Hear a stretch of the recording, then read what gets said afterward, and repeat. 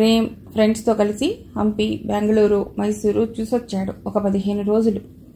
వచ్చిన దగ్గర నుండి అతడి ఆరోగ్యం బొత్తిగా బాగలేదు. జలుబు, జ్వరం పట్టి పీడిస్తోంది. మనిషి బాగా నీరసించిపోయాడు. అతడి విషయాలన్నీ పూర్తిగా నేనే చూసుకోవాల్సి వచ్చింది. ఊర్వశి గారు మహిళా మండలి వార్షికోత్సవాలని మహా బిజీగా ఉంది. ఇంద్రజిత్ గారు ఆ ఇంటి దగ్గర ఉండే రోజులే బహు తక్కువ. వరుధిని, మంజువాణి ఇంటిని గురించి పెద్దగా పట్టించుకోరు. నాకు మాత్రం ఇహ తప్పలేదు. ఆ బాధ్యత సంతోషంగానే స్వీకరించినా ప్రేమ్కి అంత క్లోజ్గా మూవ్ అవ్వాలంటే మహా ఇబ్బందిగానే ఉంది. ఎంతైనా పరాయి మగవాడు అనే భావన నన్ను వదిలిపెట్టడం లేదు. విమల తరచుగా ఇటుకేసి వస్తోంది. ప్రేమ్ని వల్లో వేసుకోవాలని ఆమె ప్రయత్నంగా కనిపిస్తోంది. ఇంకా 4-5 అమ్మాయిలు సుచరిత, సునీల, గీతారాణి, అహల్య అతడి అనురాగం కోసం ప్రయత్నిస్తున్నట్లు, అతడు వీళ్ళనెవ్వరినీ కేర్ చేయనట్లు కనిపిస్తోంది. విమలది మాత్రం కాస్త గట్టి పట్టుదలే అనుకున్నాను. రోజు అతడి ఆరోగ్యం గురించి విచారించటం, దగ్గరుండి సేవలు చేయబోవటం, అతడు తిరస్కరించటం చూస్తుంటే ఇదంతా వినోదంగా కనిపించింది. వీళ్ళందరూ ప్రేమ్ బాహ్య సౌందర్యాన్ని, అతడి ఐశ్వర్యాన్ని ఆరాధిస్తున్నారే తప్ప అతడి అంతరంగం అర్థం చేసుకోవటానికి ప్రయత్నించినట్లు కనపడటం లేదు నాకు. ఆ రోజు ప్రేమ్ నన్ను దగ్గరికి పిలిచి చెప్పాడు, చూడు ప్రశాంత్, రోజు నాకు పీడకలు వస్తున్నాయి. ఇవాళ నువ్వు నా దగ్గర పడుకోవాలి అర్థిస్తున్నట్లుగా చూశాడు. నేను సందిగ్ధావస్థలో పడిపోయాను. ఏమిటి ఆలోచిస్తున్నావు? ప్రేమ్ నా వంక అర్థం కానట్లు చూశాడు. ఏం లేదండి, నేను ఫ్రీగా పడుకుంటాను. అదీగాక నాకు కలువరించే అలవాటుంది. మీకు భయం మరీ ఎక్కువైతుందేమోనని నా భయం. నా మొహంలోకి ఒక్క క్షణం సీరియస్గా చూసి పక్కున నవ్వేశాడతడు. ఏదో సాకు చెప్పి తప్పించుకోవాలని చూస్తున్నావు వదు. నేనేం నిన్ను కొరకు తిననులే. అతడిలా మాట్లాడుతుంటే నేను ఇబ్బందిగా ఫీల్ అయ్యాను. భగవాన్, ఈ గండం ఎలా గట్టెక్కిస్తావో అని మనసులోనే కనపడని దైవాలకి మొక్కుకున్నాను. ఆ రాత్రికే బాంబే డైయింగ్ వారు నిర్వహిస్తున్న అందాల సుందరి పోటీ జరుగుతుంది. ఇలాంటివంటే ప్రేమ్కి ఎంతో ఇంట్రెస్ట్. డాక్టర్ ఏమో పూర్తిగా విశ్రాంతి తీసుకోవాలంటాడు. ఇతగాడేమో అక్కడికి వెళ్ళాలి, ఇక్కడికి వెళ్ళాలి, ఆ పుస్తకం చదవాలి, ఈ పుస్తకం చదవాలి అని ఒక్కటే ప్రాణం తినేస్తాడు. అంతకీ 10 రోజుల నుండి నేనే అతడు కోరిన పుస్తకమల్లా చదివి వినిపిస్తున్నాను. విశ్వనాథ వారి నవలలు చదివి వినిపిస్తుంటే అతడెంతగానో పరవశించిపోయేవాడు. విశిష్టమైన ప్రేమతత్వం, అనంతమైన విశ్వనాథ గారి విజ్ఞానం అతడిని ఏవో లోకాల్లోకి తీసుకెళ్లిపోయేది. ప్రేమను గురించి అతడి అభిప్రాయాలు విన్నాక నాకెంతో ఆనందం అనిపించింది. ఇతడి చుట్టూ తిరిగే అమ్మాయిలెవరూ అతడి ప్రేమతత్వాన్ని అందుకోలేరేమో అనిపించింది. అతడు ప్రేమను గురించి, స్త్రీ పురుషుల ప్రణయతత్వాన్ని గురించి అంత గాఢంగా భావన చేస్తాడని నేనెప్పుడూ అనుకోలేదు. విశ్వనాథ వారి ఏకవీరను గురించి అతడు తన్మయంగా మాట్లాడుతుంటే నేను ముగ్ధుడినై వింటుండేవాణ్ణి. ఏది తీసుకున్నా చక్కగా విమర్శించగల స్వభావం అతడిది. అతడితో ఒక్కో రోజు సన్నిహిత పరిచయం పెరుగుతున్న కొద్దీ అతడి వ్యక్తిత్వం నా మనస్సులో హిమాలయంలా పెరిగిపోతోంది. నాకు తెలియకుండానే నేను అతడి పట్ల ఆకర్షింపబడుతున్నానా అనిపించేది. అయినా నేనెక్కడా, అతడెక్కడా. అత్యున్నత శిఖరాగ్రాల మీద అతడు, అధఃపాతాళ లోకంలో నేను. విరక్తిగా నవ్వుకున్నాను. ఏమిటోయ్, నీలో నువ్వే నవ్వుకుంటున్నావు? ప్రేమ్ నా భుజం పట్టి కుదుపుతూ అడుగుతున్నాడు. మీ గురించి ఆలోచిస్తూ అప్రయత్నంగా అనేశాను. భలే వాడివే, ఎదురుగా నన్ను ఉంచుకునే నా గురించి ఆలోచిస్తున్నానంటావు. సుతారంగా నవ్వాడు. ఆ నవ్వు నా గుండెల్లో జలతరంగిణి మోగించింది.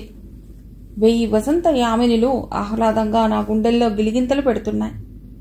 ఏదో చిలిపి కోరిక ఎదలో మెరిసింది. ప్రేమ్ గులాబీ మొక్కల మధ్య అసహనంగా తిరుగుతున్నాడు. అతడి దగ్గరికి వెళ్లాలంటే నా మనస్సంతా అదోలా అనిపించింది. అతడు నా రహస్యం కనిపెట్టేశాడా అని గుండెల్లో గుబులుగా ఉంది. రాత్రి జరిగిన సంఘటన నా గుండెల్లో పెను తుఫాను సృష్టించింది. ఈ స్థితిలో ఎవరికి చెప్పుకోను, అసలేమని చెప్పుకోను.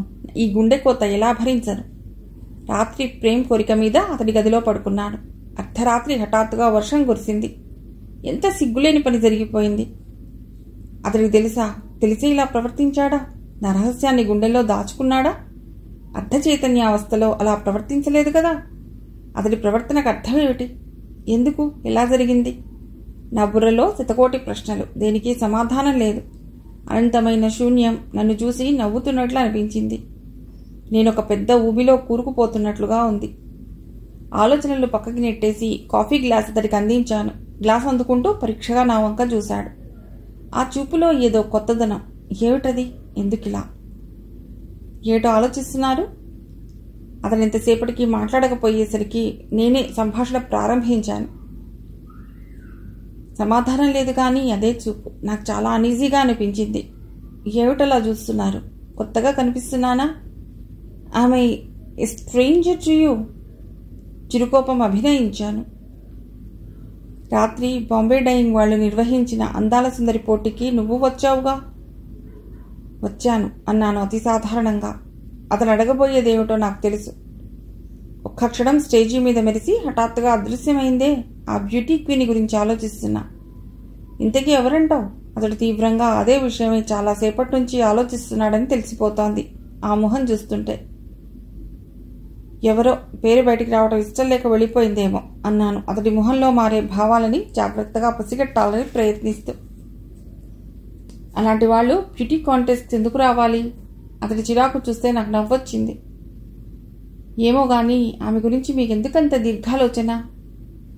అదృశ్యమైన అందాల సుందరి అని న్యూస్ కూడా వచ్చేసింది. ఇంతకీ ఎవరో తెలుసుకుంటే ఘనంగా సన్మానించేవాళ్ళు కదా.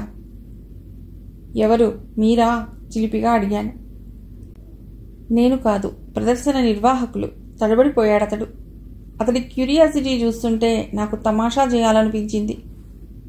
ఓహ్, డ్రీమ్ గర్ల్లా ఉంది. అలాంటి అపురూపమైన సౌందర్యాన్ని గురించి ఎవరు ఆలోచించరు? కల్లో నుండి మాట్లాడుతున్నట్టుగా అంటున్నాడతడు. ఇంతకు అంత తీవ్రంగా ఆలోచించి ఏం చేస్తారట తమరు? నా వంక చిరాగ్గా చూశాడతడు. ఏదో ఒకటి చేస్తాలే, నీకెందుకు? అర్థమైందిలేండి. ఒంటిగా కళ్ళు చికిలించి నవ్వాను. ఏమిటి నీ మొహం? నా మొహం కాదు, ఆ అందాల చిన్నదాన్ని వదనార విందం తమ గుండెల్లో కలకలం రేపిందని అమ్మగారితో చెప్తా, సరేనా? అతడు పట్టుబడిపోయిన దొంగలా చూశాడు. నీకు పుణ్యం ఉంటుంది కానీ అంత పని చేయకు. అది సరే గాని ఈ రాత్రి కూడా నా దగ్గర పడుకోవు. ఎందుకు? తెల్లబోతూ అడిగాను. తనకు తానుగా ఏ విషయమైనా బయటపెడతాడేమోనని నా ఆశ. ఏం లేదు, చాలా ప్రశాంతంగా హాయిగా నిద్ర పట్టింది, అందుకు. నా ముఖం మీద చనువుగా వంగే అంటున్నాడు. అంతేగాని రాత్రి జరిగిందేమీ ఇతడికి గుర్తులేదన్నమాట. భగవాన్, ఎలాంటి చిత్రమైన పరిస్థితులు సృష్టిస్తున్నావు? నాకు నేనే ఎలా బయటపడను? ఈ చిక్కుముడి విడిపోయేదెలా? నా మనసు అల్లకల్లోలమైపోయింది. ఏమిటి నేను అడిగింది? మురిపంగా అడిగాడు. తేరుకుని అతడి వైపు చూశాను. నిర్మలంగా వెలుగుతున్నాయి అతడి కళ్ళు. ఆహా, రాలేను అని నాలో నేనే గుణుక్కుంటూ యువతలకు వచ్చేశాను. ఎయిర్ కండిషన్ గదుల్లో కూర్చున్నా తాపం తగ్గక సాయంత్రం కాగానే పొగడపూల చెట్టు కింద చేరి పేకాడుతున్నారు ప్రేమ్, జయంత్. నేను వాళ్ళకి కొంచెం దూరంలో పొన్నాగ చెట్టు కింద కూర్చుని విశ్వనాథ వారి దిండు కింద పోక చెక్క చదువుతున్నాను. మనస్సు ఏవో తెలియని విజ్ఞాన వీధుల్లోకి ఎగిరిపోతోంది. ఆయన చేసిన అనంతమైన కృషి, సునిశిత మేధాశక్తి ప్రతి నవలలోనూ పాఠకుల్ని చకితుల్ని చేస్తుంది. ఈ లోకంలోని బాధలు మర్చిపోయి కాసేపు మనస్సంతా హాయిగా ఉంటుంది. భారతీయ సాంప్రదాయ వృక్షశాఖపై కూర్చుని కమ్మని కలగానం చేసే కోకిల విశ్వనాథవారు. నేనలా ఆ మహాకవిని గురించిన భావనలో తేలిపోతుంటే జయంత్ పిలవటం వినిపించింది. పుస్తకాన్ని చేతిలో పట్టుకునే వాళ్ల దగ్గరికి వెళ్ళి నిలబడ్డాను. ఎంతసేపు పిలవాలో? ఎప్పుడూ ఆ పుస్తకాల పిచ్చేనా? మంచి షర్బత్ తయారు చేసి తీసురా. జయంత్ పేకముక్కల్ని దృష్టి మరల్చకుండానే ఆజ్ఞాపించాడు. నా మనస్సు చివుక్కుమనిపించింది. ఎంతైనా నేను వీళ్ళ సర్వణ్ణి అనే భావన ములులా నా హృదయాన్ని గుచ్చసాగింది. ప్రేమ్కి తమ్ముడి వరసేమీ నచ్చినట్లు లేదు. కదలబోతున్న నన్నాపి మంజుని పిలుపు తీసుకొస్తుంది. నువ్విలా కూర్చో ప్రశాంత్, ఒక చేయి కలుపు, మా ఇద్దరికీ బోర్ కొడుతోంది. నాకు రాదండి అన్నాను తప్పించుకోవాలని. నోనో, రాదనే పదం మన డిక్షనరీలోంచే తీసేయాలి అంటూ బలవంతం చేశాడు. పేకముక్కలు చేతిలోకి తీసుకోక తప్పలేదు. పనివాళ్లతో ఆటలేమిటి? సన్నగా గొడుగుతూ అయిష్టంగా మొహం పెట్టాడు జయంత్. ఆ మాట నా గుండెల్లో బాకులా దిగింది. ప్రేమ్కి వినిపించినా వినిపించుకోనట్లే నటించాడు. నాకు కళ్లల్లో నీళ్లు గిర్రున తిరిగాయి. ఎంత నిగ్రహించుకుందామనుకున్నా ఆగలేదు. మెల్లిగా జారి బుగ్గల మీదుగా ప్రవహించసాగాయి. అరే, అదేమిటి ప్రశాంత్? ప్రేమ్ కంగారుగా దగ్గరకు వచ్చాడు.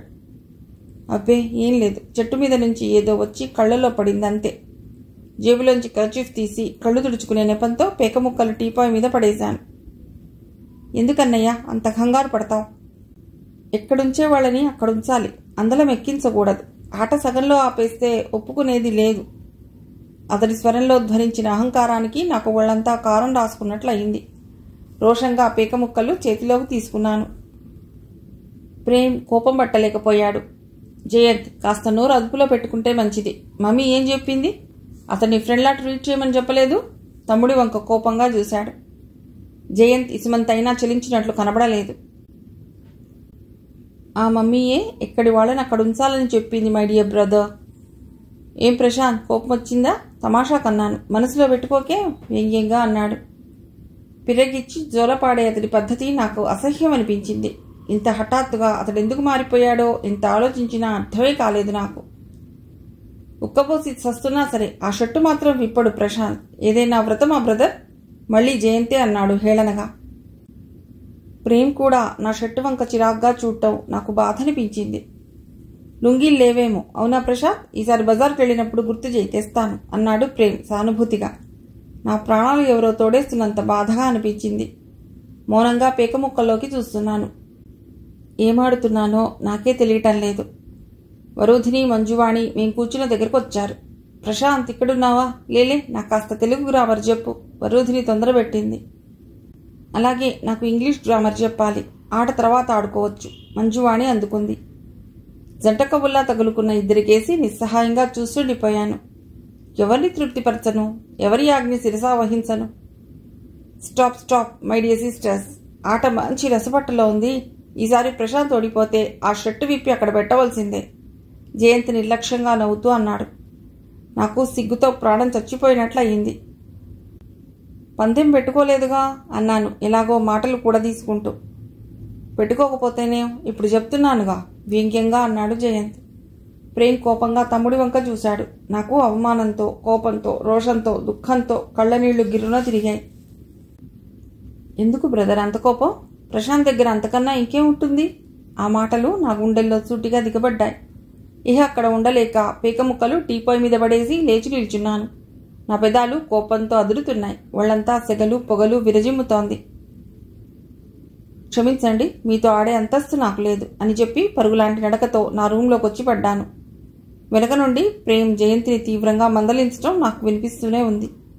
నా వెనకే వచ్చిన వరుధిని నన్ను ఓదార్చాలని చూసింది, కానీ నాకు దుఃఖం ఎగదన్నుకొచ్చేస్తోంది.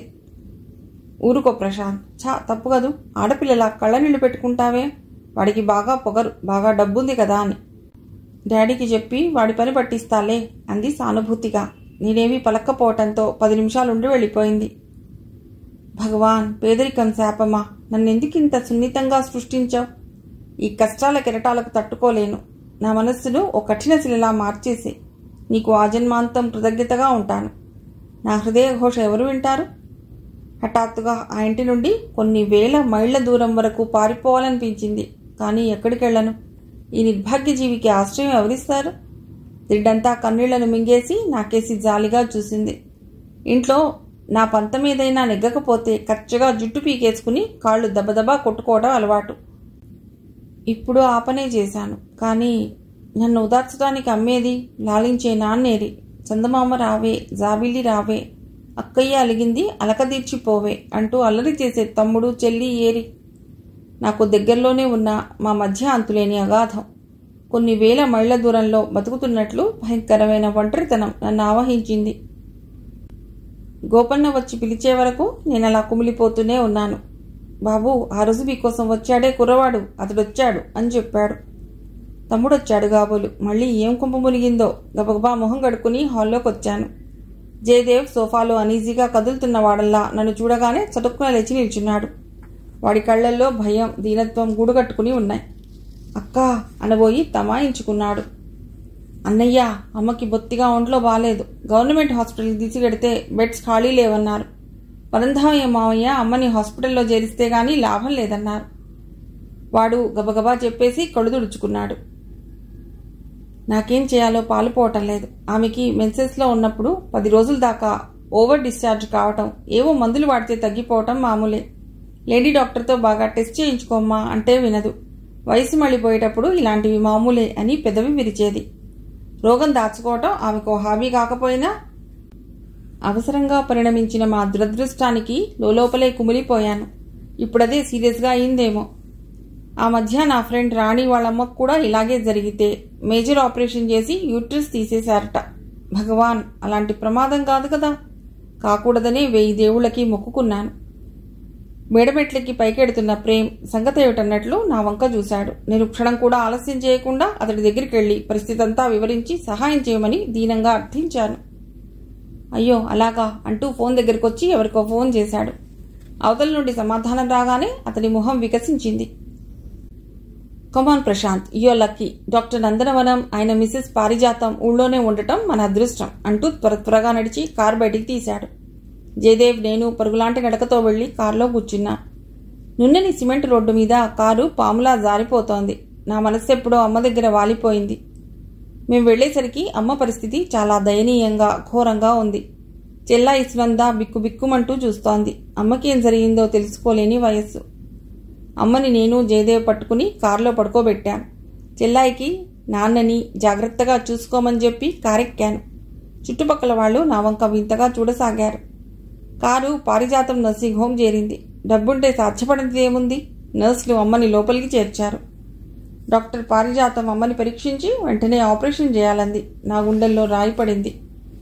ఆపరేషనా? ఎంత ఖర్చు అవుతుంది? హీనస్వరంతో అడిగాను. అదంతా నీకెందుకు ప్రశాంత్? అవతల మనిషి చావు బతుకుల మధ్య కొట్టుకుంటుంటే డబ్బు కోసం ఆలోచిస్తావా? ప్రేమ్ నా భుజం చుట్టూ ఆప్యాయంగా చేయి వేసి, ప్రొసీడ్ డాక్టర్, ఆవిడకి ప్రాణాపాయం కలగకుండా చూడండి అన్నాడు డాక్టర్ పారిజాతంతో. అతడిలో దేవుడు కనిపించి నా గుండెంతా కృతజ్ఞతతో నిండిపోయింది. ఆపరేషన్ చేయకముందే బ్లడ్ బ్యాంక్కి ఫోన్ చేసి కనుక్కున్నారు డాక్టర్ గారు అమ్మ బ్లడ్ గ్రూప్ ఉందో లేదోనని. ఆ గ్రూప్ రక్తం లేదని తెలిసింది. నాకు గుండెల్లో రైళ్లు పరిగెత్తనారంభించాయి.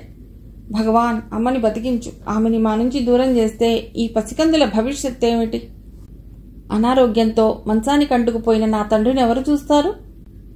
అక్కడున్న బెంచ్ మీద కూర్చుని మౌనంగా మనసులోనే ఏడుస్తున్నాను. ప్రశాంత్, నువ్వు దిగులు పడకు, నేను ఎలాగైనా సాధించుకొస్తాగా. ప్రేమ్ కార్ తీసుకుని చిటికలో మాయం అయ్యాడు. అతడే లేకపోతే నా గతి ఏమయ్యేది? అమ్మ నన్ను చూడాలంటోందని నర్స్ వచ్చి చెప్పటంతో లోపలికి వెళ్లాను. అమ్మ చెక్కిళ్లు లోపలికి పోయి కళ్ళు అగాధాల్లో చిన్నగా మెరుస్తున్నాయి.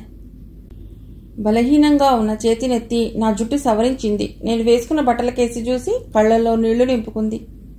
ఈ చిత్రమైన జీవితం ఎందుకు ప్రారంభించావు అన్న ప్రశ్న ఆ మాతృమూర్తి కళ్లల్లో మెదిలి నా హృదయాన్నెవరో నొక్కివేసినట్లు అనిపించింది. నాయనా, మిమ్మల్ని బాగా భయపెట్టాగదు, పాపిష్టిదాన్ని. ఈ రోగం ఇప్పుడే రావాలి, మీ నాన్న ఏం కంగారు పడుతున్నారో అంది నీరసంగా. అమ్మా, నువ్వు అవన్నీ ఆలోచించి మనస్సు పాడు చేసుకోకు. జీవితమంతా మా కోసం ఆలోచించి శ్రమపడి ఈ పరిస్థితికి వచ్చావు. ప్రశాంతంగా కళ్ళు మూసుకో. నా గొంతు వేదనతో వణికింది. అమ్మ ఏమనుకుందో ఏమో కళ్ళు మూసుకుంది నా చేయి విడిచిపెట్టకుండానే.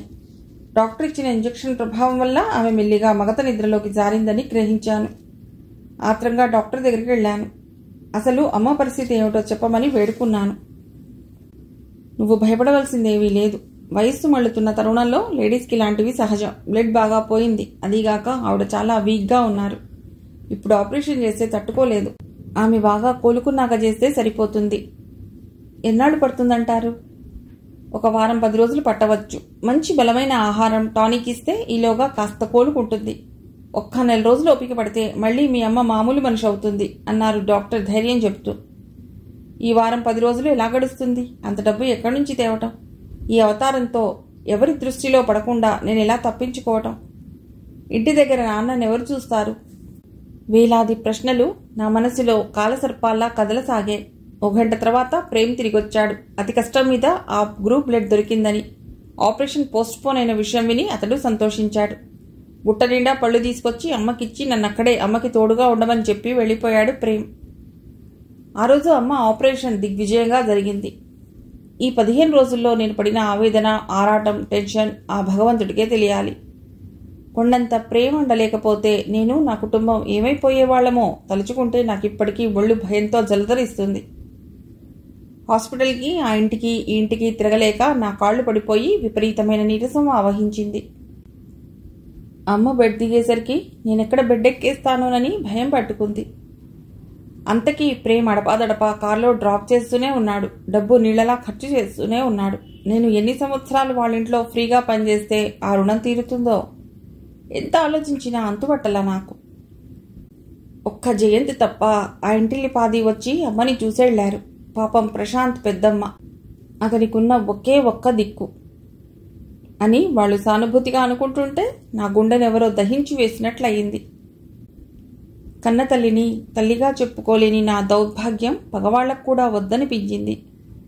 విమల నన్ను వేటాడడం మానలేదు. ఆమెను చూసినప్పుడల్లా నా గుండెనెవరో నిప్పుల కవ్వంతో చిలుగుతున్నట్లు అనిపిస్తుంది. హాస్పిటల్ నుండి ఇంటికెడుతుంటే నా వెంట పడింది విమల. నా జీవిత రహస్యం ఆమె గుప్పిట్లో ఉంది. అందుకే నన్ను ఆట ఆడించాలని చూస్తోంది ఆమె. నేను ఎప్పటికప్పుడు నేర్పుగా తప్పించుకోవాలని చూస్తున్నా. ఈ వేషంలో వాళ్ళింట్లో చేరి వాళ్ళ డబ్బు కాజేయాలనా తీక్షణంగా చూస్తూ అంది. నాకు అలాంటి దురాశ లేదు. చునక్కుండా సమాధానం ఇచ్చాను. లేకపోతే కోటలో పాగా వేద్దామనుకుంటున్నావా? ఆ ప్రేమిని పెళ్లి చేసుకోవాలని నీ ప్లాన్ కదూ? మీరేం మాట్లాడుతున్నారో మీకే తెలియటం లేదు. అసలు నన్ను ఎవరు చేసుకుంటారు? ఆఫ్టర్ ఆల్ వాళ్ళ ఇంట్లో ఒక సర్వెంట్ని. కాస్త చదువుకున్నాను గనక నేనంటే వాళ్ళకి గౌరవం, అభిమానం. మీరేదో చిత్రంగా ఊహిస్తున్నారు. అదంతా పొరపాటు. స్థిరంగా సమాధానం ఇచ్చాను. ఎన్నాళ్ళు ఇలా నాటకం ఆడతావో చూస్తాను. తగిన సాక్ష్యాధారాలతో రెడ్ హ్యాండెడ్గానే నిన్ను పట్టుకుంటాను. పళ్ళు పటపటా నూరుతూ వెళ్ళిపోయింది.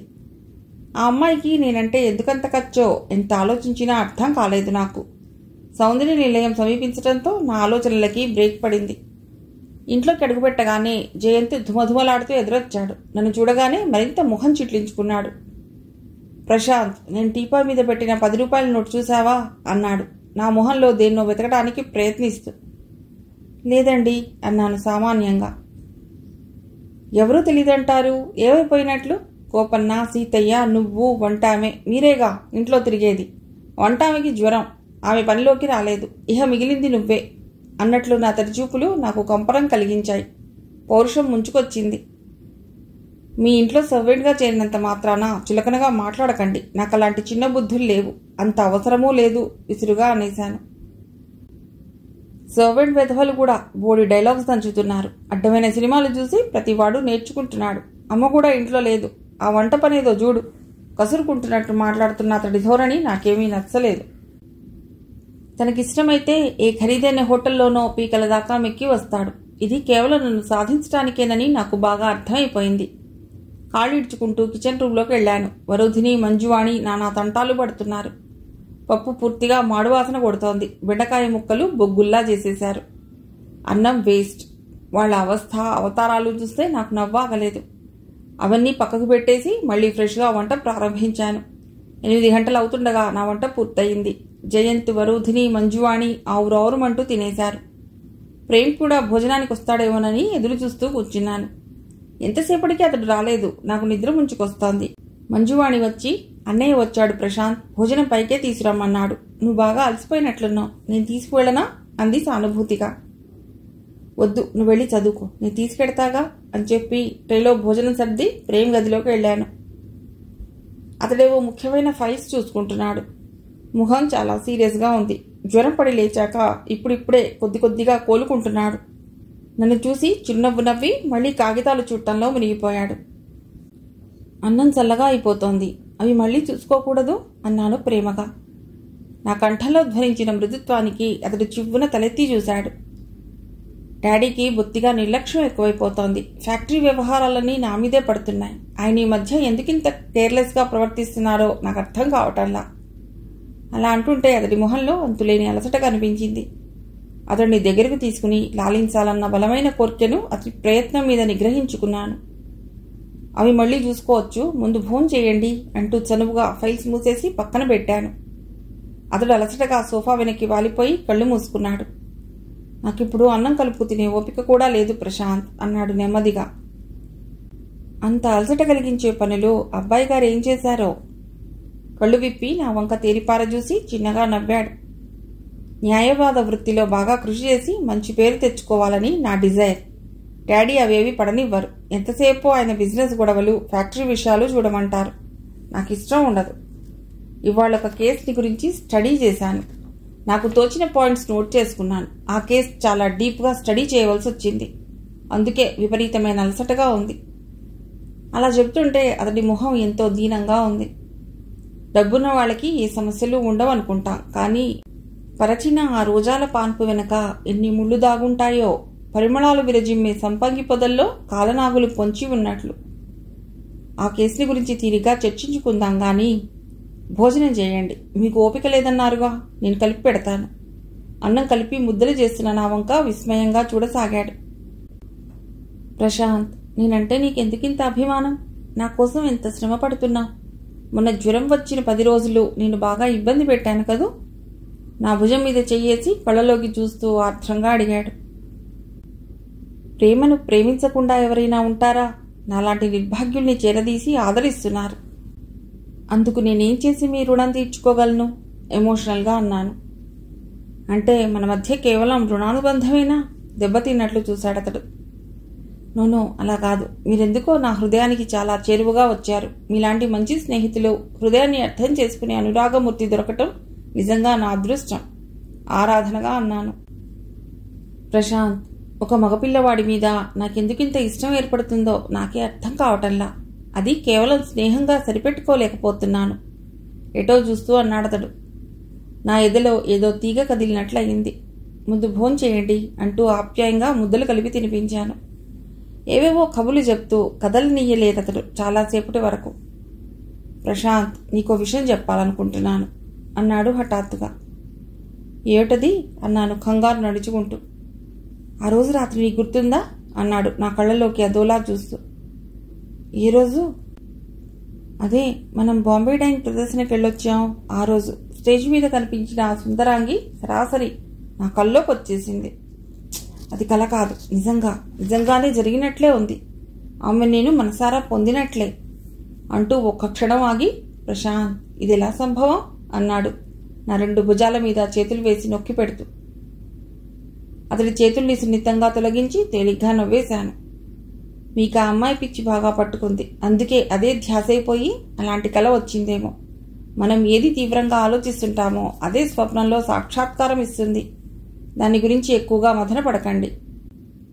నచ్చజెప్తున్నట్లుగా అతడి జుట్టులోనికి వేళ్లు జనిపి మృదువుగా నిమురుతూ అన్నాను. కాదు ప్రశాంత్, నాకు బాగా గుర్తుకొస్తోంది. అది కల మాత్రం కాదు. నా వల్ల ఎవరికైనా అపకారం జరిగితే అది నేను జీవితాంతం మర్చిపోలేను. అసలు అలాంటి పొరపాటు ఎలా చేశానా అని కుంగిపోతున్నాను. దీనంగా అంటున్నా అతడి మాటల్లో దృఢత్వం గోచరించింది. నేను మౌనంగా ఆలోచిస్తుండిపోయాను. ఆ మౌనంలో నుండి ఎన్నో భావాలు నిశ్శబ్దంలోకి ప్రవహించాయి. అతడు నా సందిగ్ధావస్థలో వదిలేసి రాబుద్ధి పుట్టలేదు గాని ఉండి సన్నివేశాన్ని మరింత పొడిగించదలుచుకోలేదు. మౌనంగా కిందికొచ్చేశాను. పగలంతా డ్యూటీ సక్రమంగా నిర్వర్తించిన ఇనుముడు అలసటగా అస్తాద్రిని చేరుకుంటున్నాడు. మంద పవనాలలో మధుర స్వరాలు వినిపిస్తున్నాయి. క్రమశిక్షణ మానుండే నేర్చుకోండంటూ పక్షులు బారులు తిరి ఆకాశ వీధిలో విహరిస్తున్నాయి. అరుణరాగరంజితమైన పడమటి దిశ నూతన వధువు కపోతలల్లా మెరిసిపోతుంటే మైమరచి చూస్తున్న నాకు వంట చేయాలని గుర్తుకొచ్చింది చటుక్కున. వంట ఆమెకి ఇంకా జ్వరం తగ్గలేదు. ఊర్వశి గారు ఊరు నుండి వచ్చారు. కుటుంబ సభ్యులంతా హాల్లో చేరి కులాసాగా కబుర్లు చెప్పుకుంటున్నారు. 10 రోజులకో 15 రోజులకో వారంతా అలా హాయిగా ఆనందంగా గడుపుతుంటే నాకు ఏదో దృశ్యం మనసులో మెదులుతోంది. నాన్న ఆరోగ్యంగా తిరుగుతూ సంపాదిస్తున్నప్పుడు, అమ్మ కళకళ్లాడే ముఖంతో మహాలక్ష్మిలా తిరుగుతున్నప్పుడు మేము ఇలాగే సంతోషంతో పొర్లిపోతూ ఉండేవాళ్లం. కానీ జీవనస్థితి తారుమారైన నేటి విషాద పరిస్థితి నా కళ్ళు బాధతో చెమర్చాయి. దీర్ఘంగా నిట్టూర్చి కిచెన్ రూంలోకి నడిచాను. హాల్లో నుండి నవ్వులు కేరింతలు మెల్లిగా తేలివచ్చి నా చెవులకి సోకుతూనే ఉన్నాయి. ఉన్నట్లుండి వాతావరణం మారిపోయింది. ఊర్వశి గారు అరుస్తూ గట్టిగా కేకలేస్తున్నారు. ఏం జరిగిందో నాకు అర్థం కాలేదు. చేస్తున్న పని వదిలేసి హాల్లోకి తొంగి చూశాను. ఎవరూ తీయకపోతే ఏమైపోతుందంత డబ్బు? 100, 200, 2000 రూపాయలు. ఊర్వశి గారు కోపంతో ఊగిపోతూ అడుగుతున్నారు. నాకు అక్కకు తెలీదమ్మా. మేమెప్పుడూ అంత డబ్బు నిన్ను అడగకుండా తీయం కదా. నీ బీరువా తీసి డబ్బు తీసే ధైర్యం ఎవరికుంటుంది? వరూధిని భయపడుతూ మెల్లిగా అంటోంది. జయంత్ చదువుతున్న ఫిలింఫేర్ పక్కన పడేసి తల్లి వంక చూశాడు. నువ్వు వెళ్ళిన తర్వాత ఎవరూ కొత్తవాళ్ళు రాలేదు. ఏం మంజు, ఎవరన్నా వచ్చారా? డిటెక్టివ్లా ప్రశ్నించాడు చెల్లెల్ని. లేదన్నట్లు తలూపారిద్దరు. జయంత్ కాసేపు ఆలోచన నటించి అన్నాడు. ఆ ప్రశాంత్ తమ్ముడు జయదేవ్ వచ్చాడు 4-5 సార్లు సాలోచనగా అన్నాడు. నా గుండెల్లో పిడుగుపడ్డట్లయింది. అభం శుభం తెలియని వాడి మీద ఈ నేరం మోపారు గదా. ఈ సంభాషణ చివరికి ఎటుమళుతుందో చూద్దామని చాటుగానే ఉండిపోయాను. జయంత్ ఒక్కో మాటే చెబుతూ ఉంటే ఆమె శ్రద్ధగా ఆలకిస్తోంది. ప్రశాంత్ మీదే నాకు అనుమానం మమ్మీ. ఈ మధ్య వాళ్ళ పెద్దమ్మకి మేజర్ ఆపరేషన్ చేయించాడు. గవర్నమెంట్ హాస్పిటల్లో బాగా చూడరని ప్రైవేట్ నర్సింగ్ హోంలో చేయించాడు. ఇంత డబ్బు ఎక్కడి నుంచి వచ్చినట్లు? నా కాళ్ల కింద భూమి కదిలిపోతున్నట్లుగా ఉంది. సమయానికి ప్రేమ్ కూడా ఇంట్లో లేడు. ఇలా నా నిర్దోషిత్వాన్ని నిరూపించటం? బాధగా కణతలు రుద్దుకున్నాను. కొడుకు మాటలు ఆమె మీద బాగా పనిచేసినట్లున్నాయి. నేను నెమ్మదిగా పిలిచి అడుగుతాలే, నువ్వు బెదరగొట్టకు అంది. అమ్మా, ప్రశాంత్ అలాంటి వాడు కాదు. వాళ్ల పెద్దమ్మ తన సొంత డబ్బుతో చేయించుకుందేమో. ఊరికే హాస్పిటల్కి వెళ్లి యోగక్షేమాలు విచారించినంత మాత్రాన డబ్బు ఖర్చు పెట్టినట్లేనా? వరుధిని నా తరఫున వకాల్తా పుచ్చుకున్నట్లు మాట్లాడింది. నీకేం తెలుసు? నువ్వు నోరు మూసుకో. అసలు అతడితో నువ్వెందుకంత క్లోజ్గా మూవ్ అవుతావు? వయసు వచ్చిన ఆడపిల్లవు, బుద్ధుండక్కర్లా? డాన్స్ చేయటానికి ఆ పాపర్గాడు తప్ప ఇంకెవరూ దొరకలా నీకు? చెల్లెలి వంక ఉరిమి చూస్తూ చివాట్లేశాడు. వరుధిని ఏవీ అనలేక నిలబడిపోయింది నిస్సహాయంగా. నాకు ఒంటి మీద నిప్పులు రువ్వినట్లయింది. ఇహ అక్కడ నిలబడలేక కిచెన్ రూంలోకి వెళ్ళిపోయాను. తల ఆలోచనలతో బద్దలైపోతోంది.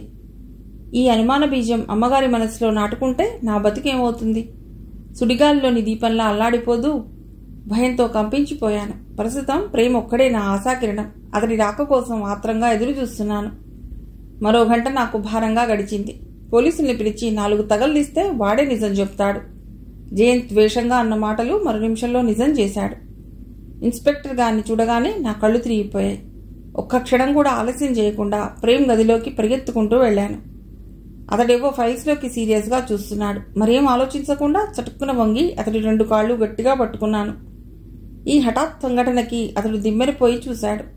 కంగారుగా కాళ్ళు విదిలించుకుంటూ, ఏం జరిగింది ప్రశాంత్? ఏమిటి పిచ్చి పని? ముందు లేచి అసలు జరిగిందేంటో చెప్పు అన్నాడు. దుఃఖంతో పూడుకుపోయిన నా గొంతులో నుండి మాటలు పెగిలి రావటం లేదు.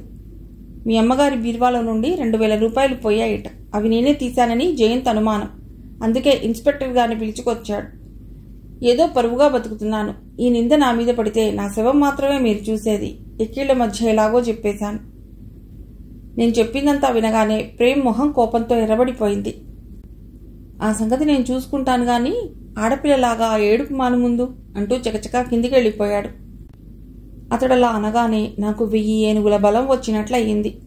కనీసం అతడికి నా మీద అనుమానం లేదు. అదే 10,000. సంతోషంతో ఉక్కిరిబిక్కిరయ్యాను. మరోపక్క జయంత్ ఏం ప్రళయం సృష్టిస్తాడోనని మనసు బితుకు బితుకుమంటోంది. మెల్లిగా లేచి వచ్చి కింద ఏం జరుగుతుందోనని గమనించసాగాను.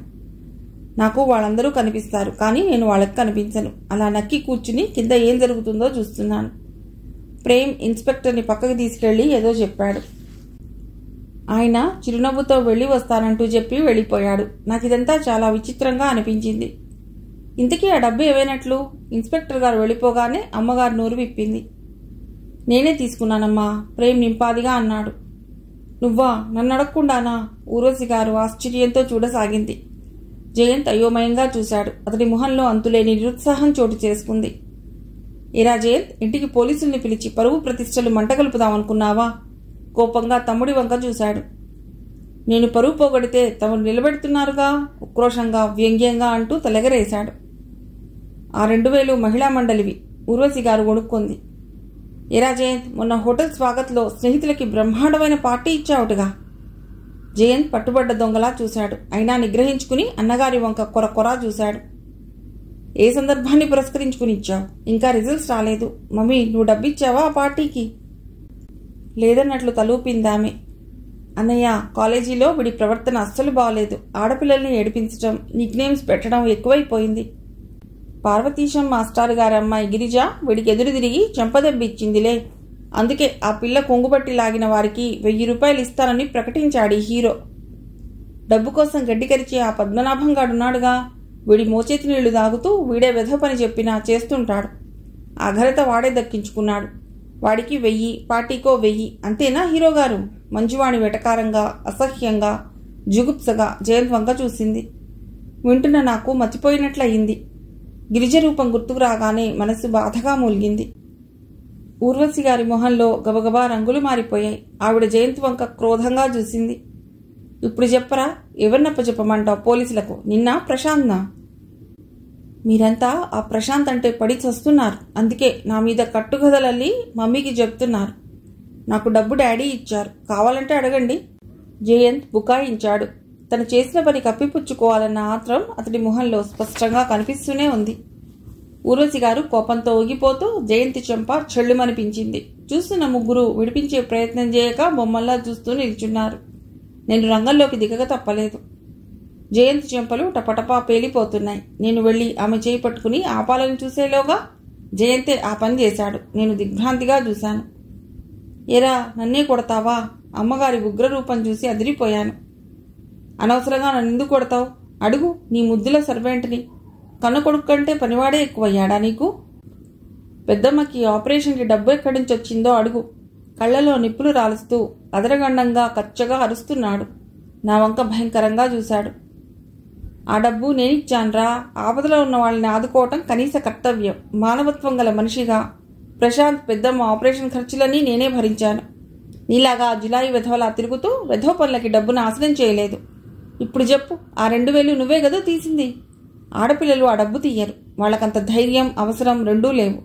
ఇహ గోపన్న, సీతయ్య మన ఇంట్లో 15 ఏళ్లుగా పనిచేస్తున్నారు. ఈనాడే వాళ్ళకి వింత బుద్ధి పుట్టిందంటే నువ్వు నమ్ముతున్నావా మమ్మీ? ప్రేమ ఆవేశంగా అంటూ తల్లివైపు తిరిగాడు. ఊర్వశి గారు మరేం మాట్లాడలేక నీరసంగా సోఫాలో వాలిపోయారు. ఆయన చూడబోతే అట్లా, వీడు చూడబోతే ఇట్లా. అసలు నా ప్రెస్టేజీ ఏం కావాలి? ఒడుక్కుంటోంది ఆవిడ. ముష్టి 2000 కోసం ఎంత రభస చేస్తున్నారు? డాడీ రాని ముఖాన పారేస్తా విసురుగా అంటూ ధన అడుగులు చప్పుడు చేసుకుంటూ తన గదిలోకి వెళ్ళిపోయాడు. నేను కృతజ్ఞత పొంగిపొరలే కన్నులతో ప్రేమ వంక చూశాను. సుడిగుండంలో పడబోయే నా జీవితం ఒడ్డున పడినట్లు ఫీల్ అయ్యాను. కాఫీ తీసుకుని అమ్మగారి గదిలోకి అడుగుపెట్టబోతూ లోపల నుండి గట్టిగా మాటలు వినిపించడంతో తలుపు దగ్గరే ఆగిపోయాను. లోపల నుండి గట్టిగా వాదించుకోవటం వినిపిస్తోంది. అలా వినటం సభ్యత కాకపోయినా మధ్య మధ్య నా పేరు కూడా వినిపించడంతో ఆగి వినటం ప్రారంభించాను. మీ విచ్చలవిడితనం పిల్లలకు కూడా వచ్చింది. మంచి గుణాలు రావు గాని ఇలాంటి వెధవ బుద్ధులు మాత్రం త్వరగా అంటుకుంటాయి. అమ్మగారి గొంతు కోపంగా ఉంది. నువ్వు అదుపులో పెట్టలేకపోయావు? సభలు, సమావేశాలు, మహిళా మండలి అంటూ తిరక్కపోతే పిల్లల్ని సక్రమంగా తీర్చిదిద్దకూడదు. నేనెంత తీర్చిదిద్దాలని ప్రయత్నించినా వంశపారంపర్యంగా వచ్చిన లక్షణాలు ఎలా పోతాయి? అమ్మగారి గొంతులో కోపం ఉరకలేస్తోంది. వాళ్ళిద్దరూ జయంతి విషయమై వాదించుకుంటున్నారని అర్థమైపోయింది నాకు. నోర్మై, పిచ్చి పిచ్చిగా వాగకు. నన్ను, మా వంశాన్ని విమర్శించే స్థితికి వచ్చావన్నమాట. వయసులో ఉన్న ఆ అబ్బాయిని ఎందుకు ఇంట్లో తెచ్చిపెట్టా? అన్నిటికీ నీ బోడి పెత్తనమే ఇంట్లో. వరుధిని వాడితో కలిసి డాన్సులు, ఇకైకలు, పక్కపక్కలు. అసలు సర్వెంట్స్తో అంత చనువు కూడదని తల్లివైన దానివి చెప్పలేవు. ఇంద్రజిత్ గారి గొంతు కోపంగా ఉంది. అతడినేమన్నా అంటే నేను ఒప్పుకోను. దిక్కులేని స్థితిలో మన ఆశ్రయం కోరాడు. అతడి తప్పే ఉంది. కాస్త సోషల్గా ఉన్నంత మాత్రాన మీకన్నీ అనుమానాలే విసుగ్గా అంది. ఇష్టం వచ్చినట్లు చేసుకో, కానీ నా ప్రవర్తన విమర్శించకు. చాలా ఖచ్చితంగా అంటున్నాడు ఆయన. అంటే మీరెట్లా డబ్బు తగిలేసినా నోరు మూసుకుని పడుండాలా? ఊరుకోక ఇదంతా నీ బాబుగాడి సొమ్మేం కాదు, నా కష్టార్జితం, నా ఇష్టం. అంతేగాని పిల్లల భవిష్యత్తు గురించి ఆలోచించరా? ఇప్పుడేమైంది వాళ్ళ భవిష్యత్తుకు? ఏమైందా? ఆ మాత్రం అర్థం కావటం లేదు. మీకు వయసు వచ్చిన పిల్లలు ఇంట్లో ఉంటే సిగ్గు లేకుండా మీ తిరుగుళ్ళేమిటి? వయసు మళ్ళీపోతున్న తరుణంలో ఇంకా పచ్చి శృంగారాలు వలకబోయాలనే మీ ఆశ వ్యధపూరిత స్వరంతో అంటోందామె. నీకు వయస్సు మళ్ళుతుందేమో. నేను నిత్య యవ్వనుణ్ణి, నవవసంతుణ్ణి. విలాసిని నేనంటే పడి చస్తుంది తెలుసా?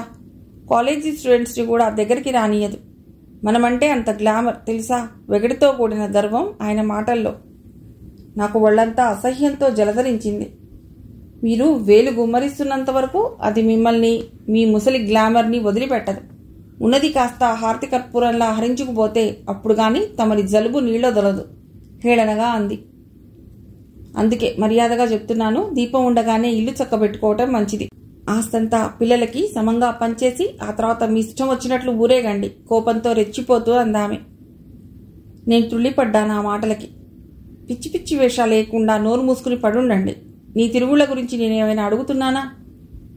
అంటే మీ ఉద్దేశం ఏమిటి? సంఘసేవ కోసం, దేశసేవ కోసం నా శ్రమని, ధనాన్ని ధారపోస్తున్నాను. నా ఆదర్శం మీ కళ్ళకి ఆటగా ఉందా? నా గురించి ఎవరైనా ఒక్క చెడ్డమాట అనుకోగా విన్నారా? పుట్టింది మొదలు ఇప్పటి వరకు ఆదర్శంగానే బతికాను. నలుగురు నన్ను చూసి ఫలానా ఊర్వశి అంటే నిప్పులాంటి మనిషి, ఆదర్శాలు ఆచరణలో పెట్టగల ధీరురాలు అనిపించుకున్నాను గాని ఎవరితోనూ వేలెత్తి చూపించుకోలేదు. భావోద్వేగంతో ఆమె ఊగిపోతోందని ఆ మాటల వల్లే అర్థమైపోయింది నాకు. నీ ఆదర్శం నువ్వు ఏట్లో కలవండి, కానీ నా దారికి అడ్డురాకు. ఇదంతా సంఘం మీద జాలితో చేస్తున్నావా? నీ పేరు ప్రతిష్టల కోసం, సంఘంలో కీర్తి కోసం చేస్తున్నావు. ఎవరికీ తెలియని నాటకాలివి. హేళనగా, వ్యంగ్యంగా అంటూ బయటకు వెళ్ళిపోయారాయన. నేను చటుక్కున పక్కకి తప్పుకున్నాను. కాఫీ చల్లారిపోయింది. మళ్లీ వెచ్చబెట్టడానికని కిచెన్ కేసి నడిచాను. పైకి ప్రశాంతంగా, అన్యోన్యంగా, ఆదర్శవంతంగా కాలం గడిపే ఈ దంపతులు లోపలే రగులుతున్న రెండు అగ్నిపర్వతాలన్నమాట. నేను ఆలోచిస్తూ ఆమె గదిలోకి అడుగుపెట్టాను. ఆమె ముఖం విపరీతమైన వేదనతో నలిగిపోయినట్లుగా ఉంది. ఎప్పుడూ ట్రిమ్గా, చలాకీగా, గాలికి ఊగే మాలతీ పూలగుత్తిలా ఉండే ఆమె గాలి తీసిన బెలూన్లా ఉంది. ఆ సమయంలో ఆమె వయసు ఎన్నో సంవత్సరాలు పెరిగిపోయినట్లుగా అనిపించింది. వాడిన పువ్వుని నీళ్లలో తడిపి బయటపడివేసినట్లుగా ఉంది ఆమె మొహం. ఖరీదైన అమెరికన్ జార్జెట్ చీర నలిగిపోయి వన్నెతరిగి ఉంది ఆమెలాగానే. కాఫీ చల్లారిపోయింది, అందుకని మళ్లీ ఫ్రెష్గా చేసుకొచ్చాను అన్నాను ఆలస్యానికి సంజాయిషి ఇస్తున్నట్లుగా. ఆమె శుష్కహాసం చేసింది. బతుకే చల్లారిపోయి ఇంట్రెస్ట్ లేకుండా పోయింది. బయటంతా నాకు బ్రహ్మరథం పట్టేవాళ్లే, ఇంట్లోకొస్తే మాత్రం నా మాట గట్టిపోచ విలువ చెయ్యదు. ఛ, ఏం బతుకు! విపరీతమైన వేదనా చిహ్నాలు ఆమె మొహం మీద వ్యాపించి ఉన్నాయి. అవే మాటలమ్మా, ఇప్పుడు మీకేం తక్కువైందని జాలిగా చూస్తూ అన్నాను. ఆమెనలా చూస్తుంటే నాకు మనసంతా చేదు తిన్నట్లుగా అయిపోయింది. నాకేం తక్కువ? ఏం తక్కువ లేదు. ఒక్క మనశ్శాంతి తప్ప అన్నీ ఉన్నాయి. ఈ లక్షల విలువ చేసే ఆస్తంతా ధారపోసినా ఆ అమూల్యమైన చిత్తశాంతి దొరుకుతుందా? వేదాంతిలా నవ్విందామె. కాఫీ తాగేసి ఏదో ఆలోచనలో పడిపోయి నా వంక సూటిగా చూస్తూ, ప్రశాంత్, నువ్వు నాకు సహాయం చేయగలవా? ఆ చూపులో, ఆ పలుకులో అలుముకున్న ఆర్తి నన్ను నిలువునా కదిలించేసింది. మీకోసం ఏమైనా చేస్తాను అనలేకపోయాను ధైర్యంగా. చెప్పండి, ప్రయత్నించి చూస్తాను అన్నాను. మామూలు సహాయం కాదు, కొంచెం కష్టంతో కూడిన పని. ఆవిడ హఠాత్తుగా నా చేతుల్ని తన చేతుల్లోకి తీసుకుని, నువ్వు చీర కట్టుకుంటే అచ్చు ఆడపిల్లలా ఉంటావు అంది. నేను తెల్లబోయి చూశాను. దీనికి నేను చేయబోయే పనికి సంబంధమేమిటో బొత్తిగా బోధపడలేదు. ఆవిడ వంక అయోమయంగా చూశాను. ఆవిడ నవ్వుతూ తిరిగి చెప్పటం ప్రారంభించింది. ఆ నవ్వులో ఏదో వెలితి. చూడు ప్రశాంత్, నాది పైకి కనిపిస్తున్నంత హాయైన జీవితం కాదు. మీ యజమాని నువ్వు ఊహించుకున్నంత పురుషోత్తముడు కాదు. ఫ్యాక్టరీ అకౌంట్స్లో 50,000 గల్లంతైపోయాయి. అవి ఏమైపోయాయో తెలుసుకోవాలి నువ్వు. నేనా? ఆశ్చర్యంతో బిగుసుకుపోయి చూడసాగాను. ఇదేమన్నా డిటెక్టివ్ రోల్ అనుకుందా? అవును, నీవే. ఈయనకు రాగవిలాసిని అని ఓ గర్ల్ ఫ్రెండ్ ఉంది. బహుశా ఈ డబ్బు ఆవిడ దగ్గరికే చేరినట్లుంది. నువ్వెలాగైనా ఆచూకీ తీయాలి. ఆమెకి నాపై అంత విశ్వాసం ఏమిటో నాకు సరిగ్గా బోధపడలేదు. ఈ పని నాకు చెప్పే కంటే ప్రేమ్ గారికి చెప్తే బాగుంటుందేమో ఇబ్బందిగా అన్నాను. ఎలా ప్రశాంత్, నీ తండ్రి ఇలాంటివాడు అని ఆయన పిల్లల ముందు కించపరచటం నాకు ఇష్టం లేదు. ఆ 50,000 ఫ్యాక్టరీలో పనివాళ్లకు ఇవ్వవలసిన బోనస్ డబ్బు. ఈయన అజాగ్రత్త వల్ల ఫ్యాక్టరీ పరిస్థితి ఈ మధ్య ఏమంత బాగోలేదు. అందుకే ప్రేమ్కి అప్పగించేశాను ఆ బాధ్యత. ఈయనకి మరింత స్వేచ్ఛ ఇచ్చినట్లయింది. ఇంకో చోటు నుండి తీసి ఆ నష్టాన్ని పుచ్చడానికైనా ఇప్పుడంత డబ్బు లేదు. అదీగాక ఎలాగో తంటాలు పడి ఆ నష్టాన్ని భర్తీ చేసినా, ఓహో ఎప్పుడూ ఇలాగే జరిగిపోతుందిలే అనే భరోసా ఎక్కువైపోతుంది ఆయనలో. ఈ మిరుమిట్లు కలిపే జీవితం వెనుక ఇంత వ్యధ దాగి ఉందా? విలాసాల్లో మునిగి తేలే వీళ్లకి కూడా ఆర్థిక సమస్యలా అనుకుంటే నాకు చాలా విచిత్రంగా అనిపించింది. ఎక్కడికక్కడ ఈయన బొక్కలు చేస్తుంటే నేనెంతకని పూడ్చేది? నువ్వు ఆడపిల్లలాగా డ్రెస్ చేసుకుని ఆ విలాసినితో స్నేహం చేసి ఈయన దగ్గర నుంచి ఆ పిల్ల ఎంత లాగింది ఆరా తీయాలి. నేను చేయవలసిన పనిని ఆవిడ చెప్పుకుపోతోంది. అందువల్ల వచ్చే ప్రయోజనమేముంది? పోయిన డబ్బు తిరిగి వస్తుందా? సందేహంగా అడిగాను. అంత డబ్బు ఇంత త్వరలో ఖర్చు పెట్టి ఉండదనే అనుకుంటున్నాను. నీకు మా వారితో సంబంధం ఉన్నట్లు నటించి దానికి ఆయన మీద మనస్సు విరిగేలా చేయాలి. ఏం ఈ మాత్రం సహాయం చేయలేవు? ఆవిడంత దీనంగా అడుగుతుంటే ఎలా కాదనగలను? కానీ ఇంత ధైర్యం నేను చేయగలనా? నన్ను ఆలోచించుకోనివ్వండి అన్నాను, నా చేతులు ఆమె చేతుల్లో నుంచి మెల్లిగా విడిపించుకుంటూ. నువ్వలా అంటే కుదరదు ప్రశాంత్. మహిళా మండలి వార్షికోత్సవం రోజు నువ్వు వరుధిని వేషం వేశావు. ఆనాటి నీ సౌందర్యం నేనే మర్చిపోలేకపోతున్నాను. నాకు తెలిసిన యువకులంతా నీ అడ్రస్ చెప్పమని ఒక్కటే గొడవ. ఆ రోజు నీ రూపాన్ని చూసి మా ప్రేమ్కి కూడా పిచ్చెక్కిపోయిందనుకో. అడ్రస్ చెప్పమని ప్రాణం తీసిన వాళ్ళందరికీ ఒకటే సమాధానం చెప్పాను. ఆమెది మన ఊరు కాదు, గుడివాడ నుండి పిలిపించాను అని. ఆవిడ చిన్నగా నవ్వుతూ ఆరాధనగా చూసింది నా వంక. ఆనాటి సంఘటన తలుచుకుంటే నాకు ఒక పక్క భయం, మరొక పక్క సంతోషం. అసలేం జరిగిందంటే, మహిళా మండలి వార్షికోత్సవానికని నన్ను ఒక నాటకం రాయమన్నారు అమ్మగారు. అప్పుడప్పుడు రాసే అలవాటుంది గనక ప్రవరాఖ్య వరూధినీయం నాటకం రాసిచ్చాను. సంభాషణలవి సులభ శైలిలో చాలా చక్కగా కుదిరాయి. రోజు గెస్ట్ హౌస్లో రిహార్సల్స్ జరుగుతుండేది. నేను మధ్య మధ్య సూచనలిస్తూ ప్రదర్శన మరింత రక్తి కట్టడానికి దోహదం చేస్తున్నాను. తీరా వార్షికోత్సవం రోజు వరూధిని వేషధారిణి సరళకి ఒళ్ళు తెలియని జ్వరం. ఊర్వశి గారి అవస్థ చూడలేకపోయాను. Women welfare officer, block development officer, collector సతీమణి, చాలా గొప్ప గొప్ప వాళ్ళు వస్తున్నారు ఆ రోజు. ఏం చేయాలో పాలుపోక తికమక పడుతుంటే మంజువాణి చెప్పిన సలహా విని ఎగిరి గంతేసినంత పనిచేసింది ఊర్వశి గారు. నాకు గుండెల్లో రాయిపడింది. ఆమె మాట కాదనలేకపోయాను. కానీ గుండెల్లో ఒకటే హోరు. నేనెంత వద్దని మొత్తుకున్నా వినిపించుకునేవారెవరు? ధైర్య సాహసే లక్ష్మి అనుకున్నాను. అమ్మగారిచ్చిన జిలుగు చీర, విలువైన ఆభరణాలు ధరించి మేకప్ వేసుకున్నాను. మేకప్ మ్యాన్ నా సౌందర్యానికి మరింత మెరుగులు దిద్దాడు. అమ్మగారు కూడా నా వంక రెప్పవేయటం మర్చిపోయి చూస్తుండటం గమనించి నిజంగా సిగ్గుపడిపోయాను. ఇక ప్రేమ్ చూపుల్ని ఎదుర్కొనే శక్తి లేక నా తల సిగ్గుతో కిందికి వాలిపోయింది. ప్రేమ్ నా దగ్గరకొచ్చి చెవిలో గుసగుసగా, నీవే వరూధినివని తెలిస్తే ఆ ప్రవరాఖ్యుడి పాత్ర ఎలాగో తంటాలు పడి నేనే వేసేవాణ్ణి గదా అన్నాడు. నా మనస్సు పూల పడవలో తేలిపోసాగింది. అదంతా లాభం లేదు. ఆ ఛాన్స్ మీకిక రాదు, రాబోదు. ఓ సరళ జ్వరమా, ఎంత పని చేసితివి అంటూ వచ్చింది ప్రవరుడి వేషం వేసే శాస్త్రిగారమ్మాయి. గ్రీన్ రూమ్ అంతా నవ్వులతో నిండిపోయింది. నాకు స్టేజీ ఎక్కటం బొత్తిగా కొత్త కాదు. అందులోనూ బాగా జీర్ణించుకుపోయిన డైలాగ్స్. నాటకం బ్రహ్మాండంగా రక్తి కట్టింది. కలెక్టర్ సతీమణి నా నటనను మెచ్చి 116 ఇచ్చింది. ఆనాటి సంఘటనను తలుచుకుంటే ఇప్పటికీ నా ఒళ్ళు సంతోషంతో పులకరించిపోతుంది. జీవితంలో ఎదురు చూడని సరికొత్త అద్భుతమైన అనుభవం అది. ప్రశాంత్, నేను చెప్పింది అర్థమైనట్లేనా అంది అమ్మగారు తన ఖరీదైన చీరలు 2 కొన్ని నగలు ఇస్తూ. వాటి వంక అయోమయంగా చూశాను. అది స్టేజీ మీద నటన, ఇది నిజ జీవితంలో రంగస్థలంపై నటన. రాణించగలుగుతానా? నాపై నాకే అనుమానం వచ్చింది. సినిమా కథలా కొత్త మలుపు తిరుగుతున్న నా జీవితం ఏమవుతుంది? అమ్మగారిచ్చిన అడ్రస్ కాగితం తీసుకుని ఆలోచనలో పడిపోయాను. వసంత సమీరం, కుసుమ పరిమళాన్ని కలుపుకుని మనస్సుకి గిలిగింతలు పెడుతుంటే, నైట్ క్వీన్ సౌరభాలు వెన్నెల్లో తేలి తేలి వచ్చి నాసికా పుటాల్ని దూసుకుపోతుంటే, మధుర భావనలేవో మనస్సులో చేరి వృధ పెడుతుంటే, యదా పూల పానుపులో ఎగిరెగిరి పడుతూ ఉంటే, చటుక్కున ఊర్వశి గారు చెప్పిన విషయం గుర్తుకొచ్చింది. మనసంతా వ్యాకులమైపోయింది. నేనేదో పద్మ వ్యూహంలో చిక్కుకుపోతున్నట్లు అనిపించింది. ప్రశాంత్ అని పిలుస్తూ దగ్గరగా వచ్చాడు ప్రేమ్. ఏమిటన్నట్లు చూశాను అతడి వంక. పిలిచి ఒక 5 నిమిషాలు అలా మొహంలోకి చూస్తుండి పోతాడు. ఈ మధ్య కొత్తగా నేర్చుకున్న విద్య అది. అతడి ఎదలో ఏ భావాలు చేరి వృధ పెడుతున్నాయో నాకెలా తెలుస్తుంది? ప్రశాంత్, నువ్వు ఇప్పుడు బజార్కి వెళ్ళి రావాలి. ఇప్పుడా? నేనా? భయంగా అతడి వంక చూశాను. సాధారణంగా బజారు పనులేవి చెప్పరు నాకు ఆ ఇంట్లో. అలవాటుకి విరుద్ధంగా ఈ రోజు ఇలా కోరుతున్నాడే అనుకున్నాను. ఎందుకు అడిగాను. అతడు అటూ ఇటూ చూసి ఎవరూ అటువైపు రావటం లేదని నిర్ధారణ చేసుకుని ఒక చీటీ నా చేతిలో పెట్టి అవి తెచ్చి పెట్టమన్నాడు. ఆ చీటీ మీద ఏవో విస్కీ పేర్లు రాసున్నాయి. నాకు కళ్ళు గిరున తిరుగుతున్నట్లు అనిపించి తెల్లబోయి చూశాను అతడి వంక. మీరు తాగుతారా? నా కళ్ళల్లో చెప్పలేని ఆశ్చర్యం, స్వరంలో సన్నని వణుకు. పెద్దగా అరవకు. చూపుడు వేలు నోటు మీదుంచి కళ్ళు పెద్దవి చేసి అన్నాడు. పెద్దగా అలవాట్లేదు, ఇప్పుడిప్పుడే నేర్చుకుంటున్నాను. మా ఫ్రెండ్ ఒకడు చెప్పాడు చాలా బాగుంటుందని. ఎవరూ చూడకుండా తెచ్చిపెట్టు. ఈ చిన్న సహాయం చేయలేవా?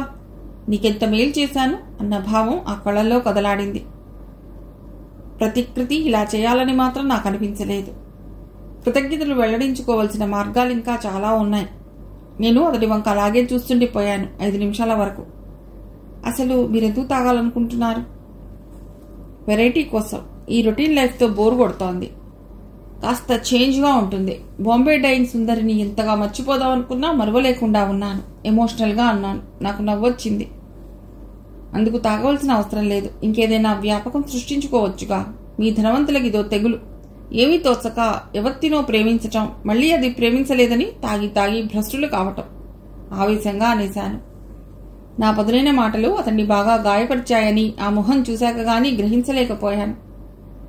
యూ ఆఫ్టర్ ఆల్ సర్వెంట్, నాకు నీతులు చెప్తావా? అతడి చెయ్యి విసురుగా నా చెంపని తాకింది. నాకు కళ్ల ముందు మెరుపులు మెరిసి చీకట్లు కమ్ముకున్నాయి. కళ్ల వెంట గిరున నీళ్లు తిరిగాయి. నిజమే, నేను అంతస్తు మర్చిపోయాను. తెస్తాను, డబ్బివ్వండి. మీరు చెప్పిన పని చేయటం నా ధర్మం. మీ డాడీ క్లబ్లో తాగి తందనాలు ఆడి రోజుకో వన్నెలాడితో ఖుషీ చేస్తుంటే మీరు చేసే పని లేక తాగి మత్తులో సోలిపోండి. మీ అమ్మగారి హృదయావేదన మాత్రం అర్థం చేసుకోలేరు. ఆవిడ కన్నీళ్లు గ్లాసులో నింపుకుని తాగండి, మరింత మత్తిస్తాయి. తండ్రిని మించిన తల్లిని చూసి ఆమె బోరున సంతోషిస్తుంది. కోపావేశంతో నేను ఒక్కో మాట అంటుంటే తెల్లబోయి చూశాడతడు. ప్రశాంత్, నువ్వు చెప్పేదంతా నిజమేనా? అతడి గొంతు నిస్సహాయంగా ధ్వనించింది. నేను చెప్పేది అబద్ధమైతే వెళ్ళి మీ అమ్మగారిని అడగండి. ఫ్యాక్టరీ డబ్బులో 50,000 గల్లంతైనందుకు ఆవిడ కుమిలిపోతోంది. మీరు చేంజ్ కోసం తాగి మైమరిచిపోండి. నా గొంతులోని హేళన, వ్యంగ్యం, బాధ, కసి, కోపం గ్రహించి అతడు విలవిల్లాడిపోయాడు. సారీ ప్రశాంత్, ఈ గొడవలన్నీ నాకు తెలియవు. ఏదో అర్జెంటు పని పడింది, 50,000 కావాలి, మళ్ళీ అడ్జస్ట్ చేస్తాలే అన్నారు డాడీ. అందుకే ఇచ్చేశా. బోనస్ ఇవ్వకపోతే కార్మికులు సమ్మె చేస్తారు. ఫ్యాక్టరీ మూతపడుతుంది. లాభాలు కాస్త గూబల్లోకి వస్తాయి. ఇంటికి పెద్ద కొడుకై ఉండి ఈ విషయాలన్నీ మీరు స్వయంగా చూసుకోపోతే ఎలా? ఎక్కడో మెరుపులా ఒక్క క్షణం కనిపించిన అమ్మాయి కోసం ఇంత ఆరాటమా? ఎదురుగా కన్నతల్లి అనుభవించే క్షోభ అర్థం చేసుకునే శక్తి లేదా? ఇక ఆపు ప్రశాంత్, నన్నేం చేయమంటావో చెప్పు. బాధతో కదిలిపోతూ నా వంక చూశాడు. ఆ మేకపోతు గాంభీర్యం వదిలి చిరునవ్వు నవ్వాను. లేకపోతే కలవారి బిడ్డని నేను మందలించడం ఏమిటి? నా పెదవులపైన విరిసిన దరహాస రేఖను చూసి అతడి మనస్సు చల్లబడినట్లుంది. విలాసిని విషయం ఎలా పరిష్కరించాలి అని చాలాసేపటి వరకు డిస్కస్ చేస్తూ కూర్చున్నా. చివరికి నేను చెప్పిన ఐడియానే ఓకే చేశాడు ప్రేమ్. ఈ నాటకం ఎలా ముగుస్తుందోనని నాకు ఓ పక్క గుండెల్లో దడగానే ఉంది. ఆయన కులాసాలకి విలాసాలకి అడ్డుగోడగా నిలిస్తే ఇంద్రజిత్ గారు నన్ను క్షమిస్తారా? ఇంట్లో నుంచి తన్ని తగిలేరు. నా గురించి వాళ్లలో వాళ్లు కలహించుకునే పరిస్థితి రాదు కదా. మిగిలిన కథ తర్వాతి భాగంలో.